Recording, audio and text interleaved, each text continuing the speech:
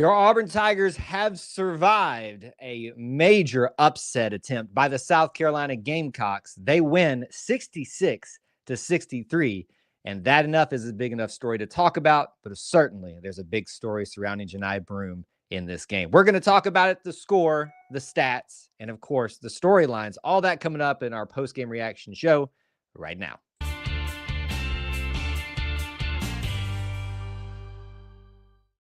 War Eagle, everybody, and welcome back to another edition of E2C Network Live here on YouTube, Facebook, wherever you get it, where we talk about the Auburn experience. What is that Auburn experience? Well, it's all about Auburn sports, Auburn culture, Auburn family stuff. An easier way to say it, if it's orange and blue, it's what we do. So thank you so much for joining us in what we're going to do today. For those of you that don't know me, my name's Kyle, main host here at E2C Network. And I'm excited today to talk to you about an Auburn victory, a very scary one, but also sad to talk to you about some of the storylines surrounding one of our best players that we've seen in quite some time in Auburn basketball. We will get into all of that. As I said, we will discuss first the score. 66-63, your Auburn Tigers survive the upset bid by the South Carolina Gamecocks. The big stat that sticks out to me in this game is 30-42. That is the margin of points in the paint for South Carolina, which nearly put them in position to win this game. And then your big storyline, Johni Broome goes down with a left ankle injury and was not able to return the game. We will speculate. We will talk about it. Maybe we might even get an update at some point during the show, but that is the score, the stat, and the storyline for this particular game. Let's jump into it. As you guys come into the stream, especially those of you watching live, smash the like button. Let us know that you're here with a War Eagle celebrating the win, certainly. Warm wishes and prayers for Johni. Certainly, we do want to talk about and express any of those that you might want to as well. So just let us know that you're here and kind of come into the room and decompress for just a little bit because this is quite an interesting one where we have to do. And I feel like we have just had one game after the other where there's been some big emotional, good or heavy weight. Recently, we had an issue with Johni Broome having a shoulder injury to end out non-conference play. We got through that. We were sitting there on the cusp of Coach Pearl becoming the winningest coach in Auburn basketball history. We got through that. And now we get not only to a very difficult, frustrating game in South Carolina, but you also have to deal with the fact that Johni goes down with a different injury today, and there is a lot of speculation and discussion around what that is going to look like. I can tell you from firsthand experience, and many of you know this as well, ankle injuries in basketball are no joke. So with that in mind, we're going to dive into certainly a lot of what you all want to think and share in the live chat of the show. We'll take some cues from you, but we will jump through team and individual stats and talk about in detail some of the storylines. Lots of people checking in. Probably won't be able to say hello to each and every one of you, but thank you so much for being here and hanging out with us. Ethan calls it, feel like I just went through a war. Certainly, it is not an easy thing, the Auburn experience, and I think this is one of those games where you just chalk it up to the roller coaster ride that is the Auburn experience. Let's go ahead and talk about this right here, right at the start. For those of you that haven't gotten the message yet that the SEC is good top to bottom, I don't know what else I need to show you. Did Auburn make some mistakes in this game that certainly made it easier for South Carolina? Sure. But South Carolina took advantage of that. They took it to Auburn for the majority of this game, frankly. And thankfully, Auburn's got a little bit more talent, and at least we can talk about that in terms of what the results say about the talent, was able to sneak out this win on the road. But certainly do not disparage in any way any team in the SEC this year. They are going to give you their best. You are going to get some of the best in college basketball. Now, we can talk about comparatively to the top to the bottom. It still is a tough thing to go on the road and win in the SEC. So credit to South Carolina for coming out and, us coming to them and giving us all that we could ask. I will say this as well, too. Remember, some of their key players were out in this game, too. So thankfully, we are getting them early in this, and we won't have to play them again. Now, certainly, there's our credit given right there.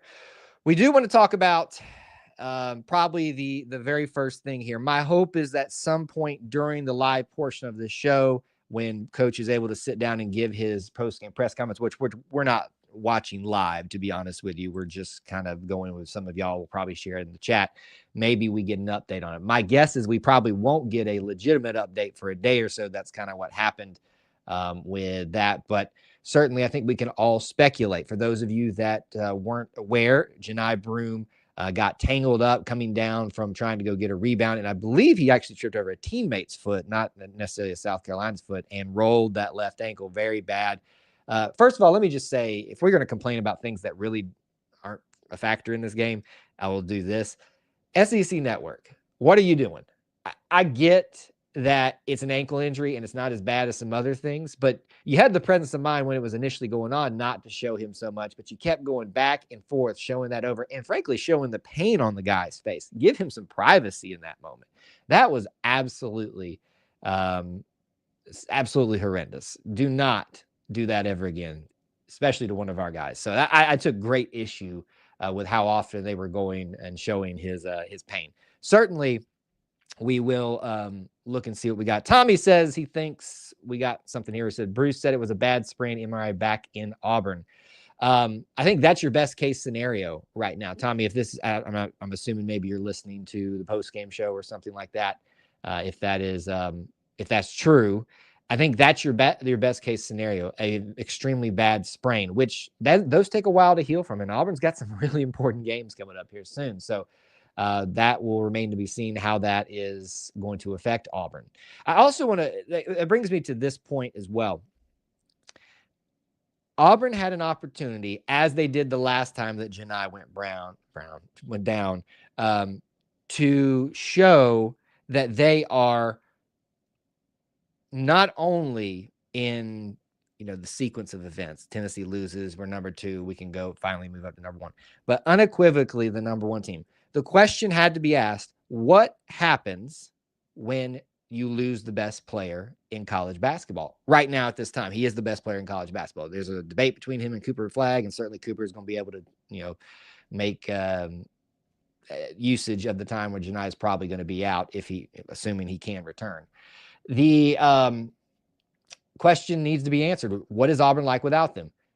And you really got a good look at that, because today Johni Broome only scores 6 points, and 2 of them only came 4 in the first half and 2 in the second half. He really was ineffective compared to his normal effectiveness is the entire game. So it's not like you had your guy that was dominant and then you fell off. This was an opportunity for Auburn, whether he was in there or not, to show what happens when your guy goes down, is not playing well, or a combination of the two. Auburn showed today that they should be the number 1 team.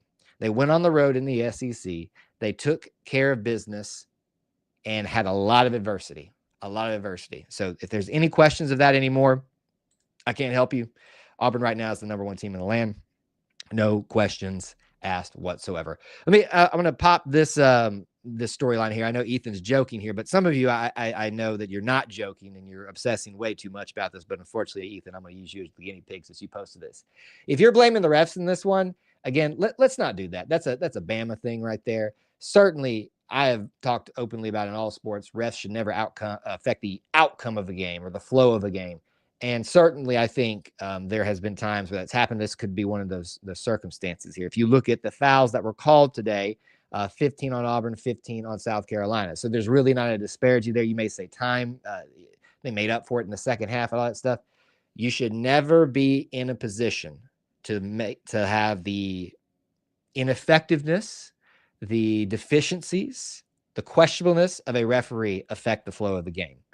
This is more so about what Auburn wasn't doing and what South Carolina was doing with the opportunities that lay before him. So sorry, Ethan, I picked on your comment a little bit, even though you're having a little bit of fun with it.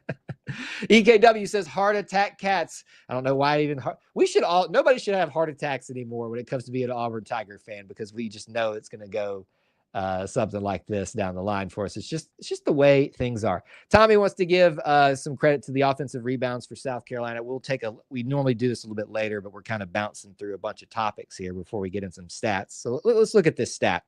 Offensive rebounds tonight is really not as bad as it seemed at times, but it was bad. I want to give credit to Auburn throughout the course of the game. Early on in the first half, heading into the second half, there were some stats that were very important where South Carolina was really making the difference for themselves, and Auburn closed the gap so much. Offensive rebounds, 11 for Auburn, 15 for South Carolina. But certainly they made the most of it.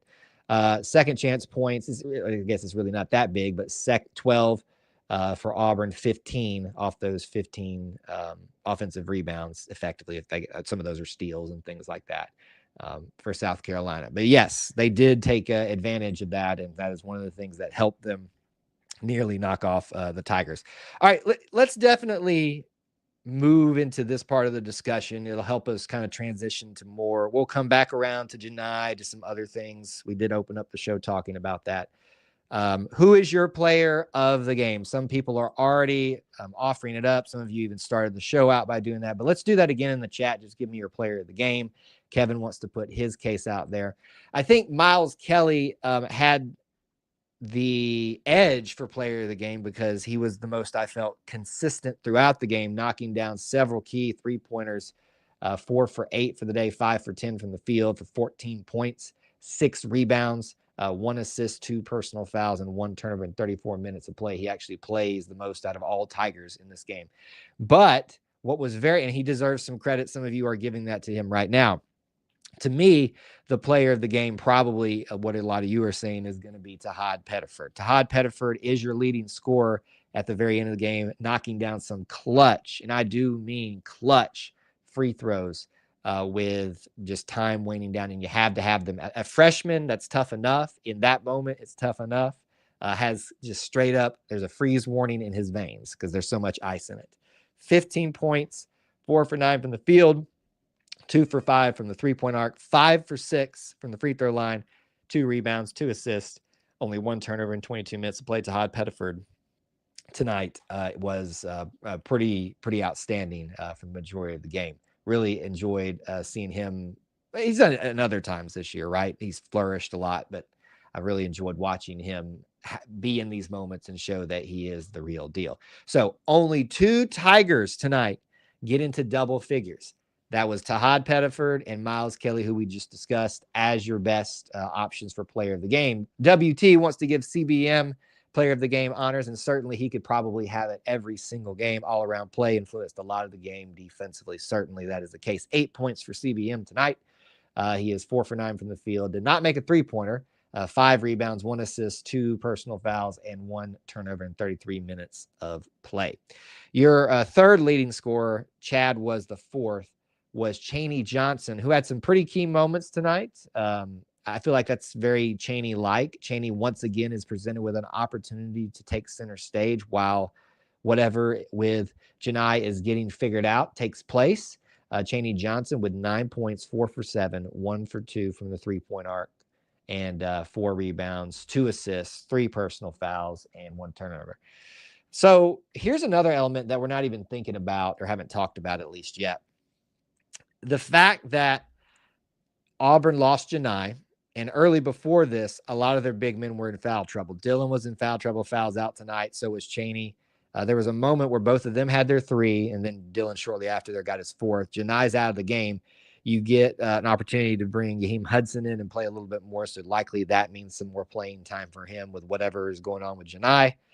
But it could have gotten a little bit scary. Auburn's a very larger team, even in their guards or their swingmen, however you want to categorize them, their 3s and their 4s and their 2s, frankly.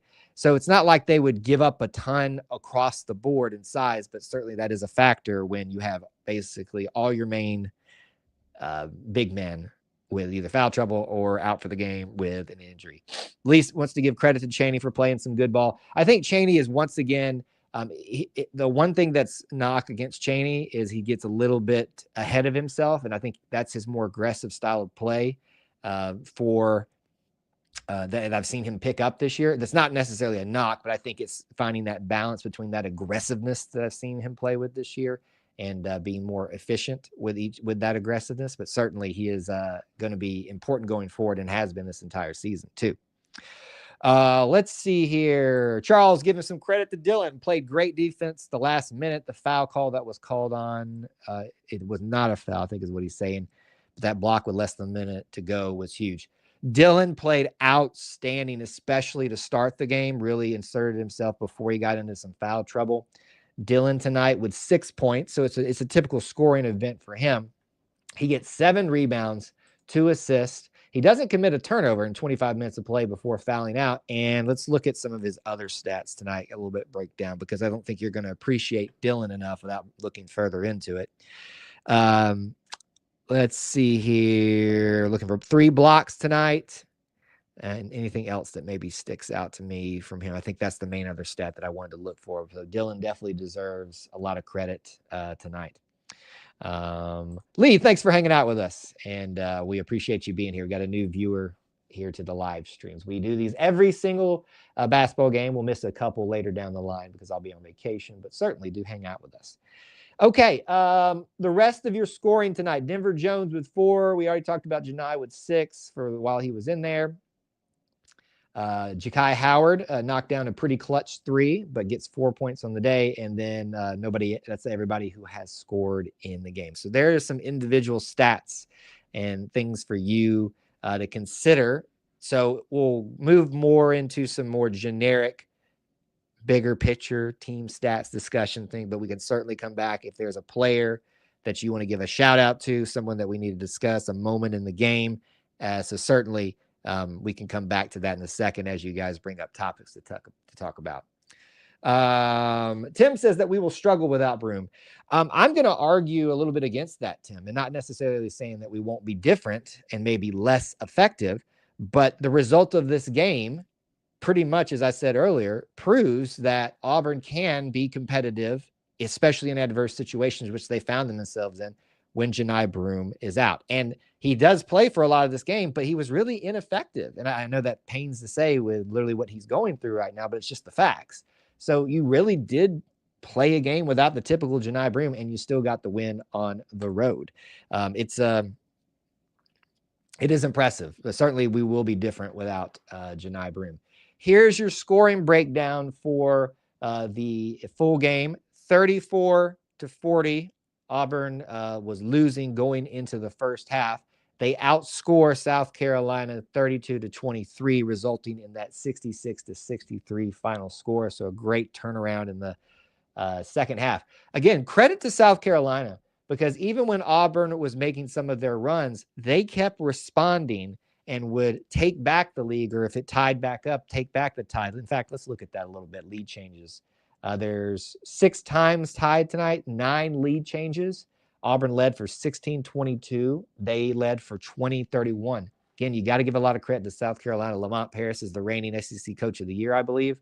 So we played a good team, y'all. It's not the upper echelon of the SEC right now based off of early results, but they're a good basketball team. Do not walk away from this thinking that Auburn just nearly lost to some nobody. This is an SEC basketball team. Jacob says that every game is a good experience, but we needed an offensive struggle game, and we got it here and found a way to work through it. I added that little part there to the end of his things. Another tough road they beat up on us.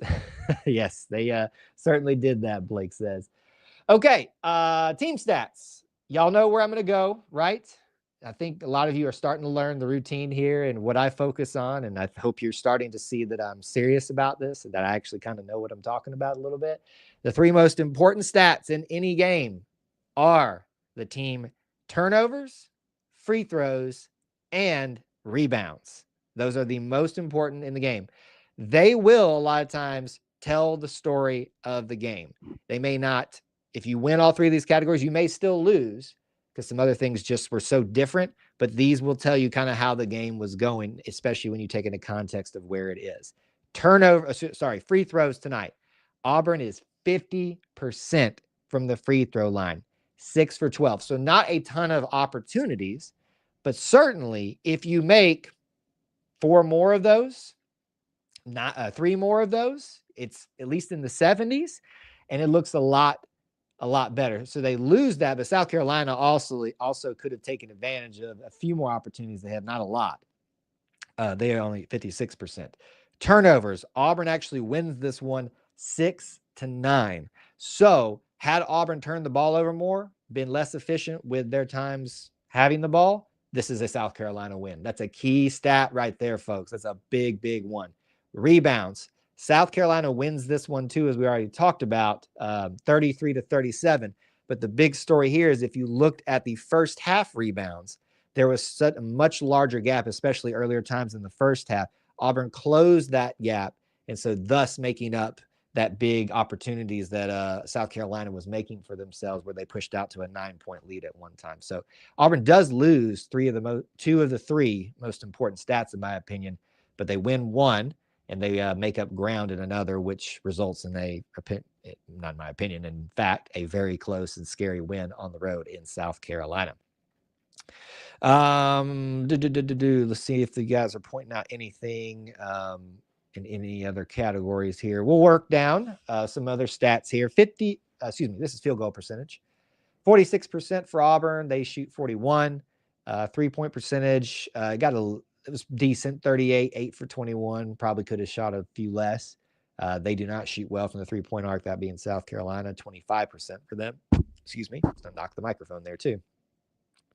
Other stats that we haven't discussed yet, we kind of bounced around to a bunch of those. Bench points tonight. Auburn has a big contribution from the bench, especially with Johni being out. 28 points for Auburn, 13 for South Carolina. We already talked about points in the paint where South Carolina made big, big inroads there. Fast break points. Auburn is 13-0. That probably should have been it right there. That probably should have been my real stat of the game. It's a complete domination in that category. They get 0, we get 13. Blocks, 8-1 in Auburn's favor. They get more steals, 3-4. Assist, pretty good for Auburn, 12, 11 for them. So do you see what we just kind of talked through in the team stats? Even though Auburn lost out in some of those key ones, they did so well in things like not turning over the ball as much, making opportunities on the fast break, that really countered all the punches that South Carolina was throwing throughout the game tonight. A couple of comments from you all. WT says road wins are going to be very difficult for teams in the SEC. We now have 2 in a row. A lot of you are asking me here, we do TikTok live streams, and just out and about, Kyle, when are you going to just flat out say that Auburn is a Final Four team? Well, definitely after what just happened today in the context of Johni, and how Auburn, even with him in the game, struggled a little bit. And you could even make a case back to the second half of the Texas game. I'm going to withhold that judgment. That doesn't mean that Auburn's not a great basketball team. I'm just not going to say that they're a shoo-in for the Final Four, given all the context we have right now. However, going on the road and winning 2 in a row is not something that you just need to dismiss out of hand. Biggest play of the game was the long pass by South Carolina in the block and turnaround and scored 2. I'm trying to remember that one off the top of my head, Tommy. There was so much going on, but I'll take your word for it. Bruce we got a question about Bruce in the press conference. He has already done the press conference. That's already happened, I believe, or currently happened or anything like that. I think that's probably why Tiller's asking this. So let's come back around. We've got one of our viewers. I'm not able to watch it live because we're here with you guys or listen to it live. But I will tell you that Bruce reportedly, I guess, to Andy and whoever else said that it was a bad sprain and an MRI is imminent, obviously, when they get back. So that was the report that we got from one of our viewers. If I can't confirm that that's true, I'm taking my viewer's word at that. But that was what was expressed here in our live chat. I said this a little bit earlier in the stream. I think everybody's going to be eager to wait to hear the results of that. There's going to need to be a call for patience here. Last time with Johni's shoulder injury, it took about a day. They will probably, I bet, release a statement just like they did last time, just about that. So as I'll be looking for that, I'll have my email updates on. And as soon as I get word of that, we'll share that out on social media as well. So just be on standby for that. And every other media outlet out there will be as well. So you'll know in due time. Just a little patience for these situations. It's tough. So what happens next? I mean, Johni is effectively out for a while, maybe longer. We're hoping and praying that that's not the case. Now this becomes the narrative of how good is this Auburn team without Johni Broome, even if it's for a short time. Certainly, we've had opportunities to see that in one game in non-conference against opponents you should win. You've had an opportunity now effectively in this game with him not having a great game before he was injured and being out the rest of the game against at least SEC talent, even if it's in the bottom half. And I don't want that to be said as a negative towards anybody in the bottom half, because the bottom half is still pretty dang good. So that's the question moving forward. And I think that's the one we're all eagerly waiting to figure out. Can I remind everybody that Bruce Pearl has now increased his lead as the winningest all-time head coach? And I know I won't try not to say that every single game, but let's not lose sight of that as well. So the winningest head coach in Auburn basketball history continues his reign of terror. All right. We will kind of pause right there for a second. I'm sure there are topics, shout outs, players, moments, things that you want to talk about from South Carolina that we haven't discussed. So put that in the chat right now. We'll go off of your cues. I do know some people want to look ahead to what's coming up, and we already did a little bit of that. Before we do that, though, let me remind you, for those of you that are watching or listening live or shortly thereafter, obviously keep the time frames in mind for this. Here is your next scheduled content. Don't miss Sunday nights with us, the Auburn Experience, our live podcast recording. This is the main flagship show of everything we do here. It's all about Auburn sports, Auburn culture, Auburn family. We're recording episode 109 at 9 Eastern time here on YouTube tomorrow night. This Sunday nights. Join us. You can be part of the chat and watch us make the sausage. You get some really funny moments sometimes when you watch the sausage made, and then we have a Q&A time afterwards. Keep in mind, more post-game shows throughout the season. Mississippi State is up next. They are ranked, and they are coming to town. This will be Auburn's first chance to show what they can do, likely without Johni Broome, at least in some capacity. I know we've already had that non-conference play, but in SEC play, and thankfully it will be at home. Auburn Family Nights are on Wednesday night, 8 Eastern time on Wednesdays. Join us for that live call-in show. We'd love to have some of you there and join us and be part of our live show. All right, that is your scheduled events. As always, check out our links in our description for ways to support us, whether that be joining the Conquer Club, if you want to sponsor or anything like that. That's all available in the description links for you. Okay. WT wants to give the usual shot to my co-host Austin. With Broome likely out for a few games, any word on who Austin will hex in Broome's absence? I don't know, but we'll certainly ask him that in the show tomorrow night. Lee says it's going to be a tough game with Mississippi State. They are balling out right now. Again, folks, if you haven't figured it out by now, the SEC stuff, you just witnessed it again, and Auburn survived. Will they continue to survive? Only time will tell.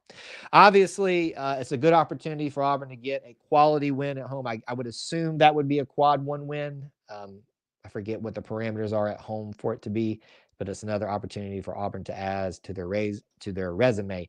They continue to be unblemished in SEC play thus far. They continue to be very impressive in resume with the only loss at Duke.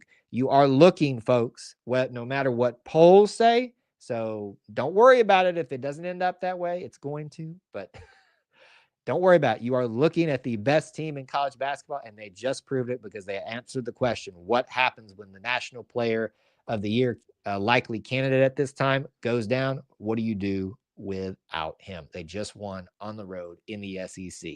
Do not sleep on the Auburn Tigers. They are a good basketball team with or without Johni Broome.